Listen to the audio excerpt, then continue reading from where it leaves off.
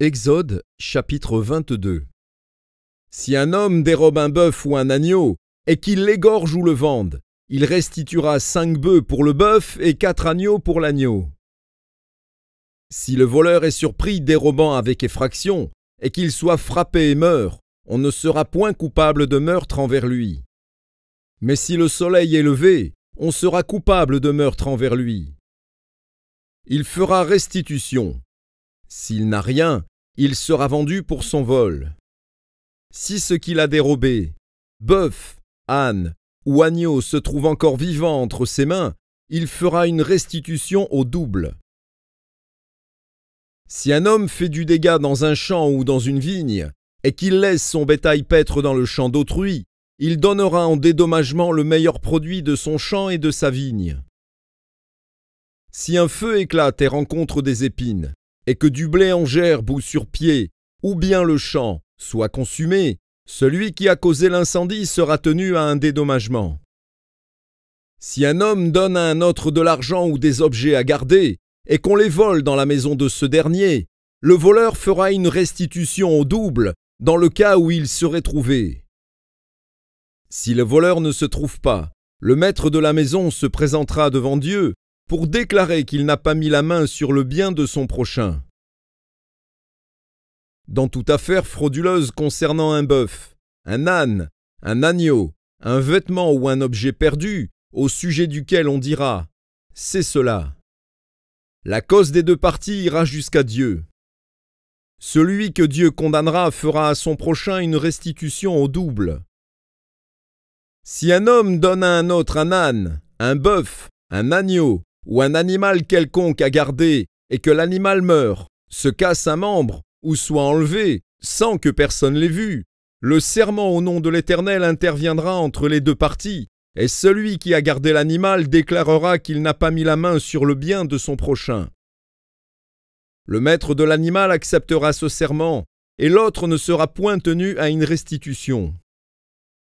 Mais si l'animal a été dérobé chez lui, il sera tenu vis-à-vis de son maître à une restitution.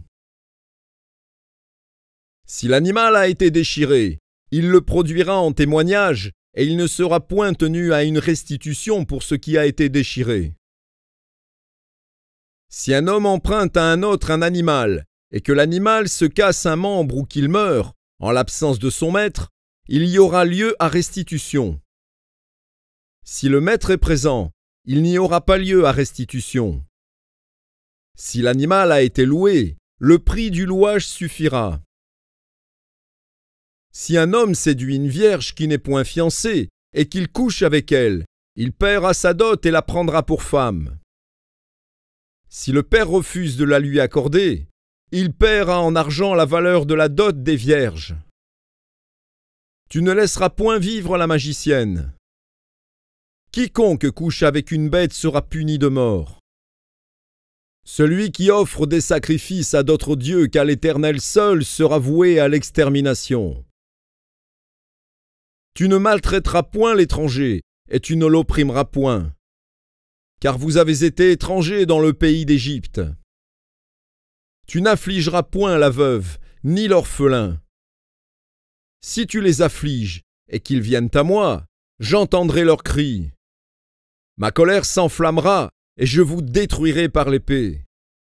Vos femmes deviendront veuves, et vos enfants orphelins.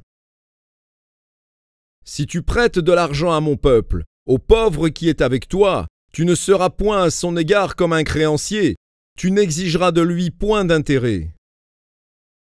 Si tu prends en gage le vêtement de ton prochain, tu le lui rendras avant le coucher du soleil. Car c'est sa seule couverture, c'est le vêtement dont il s'enveloppe le corps.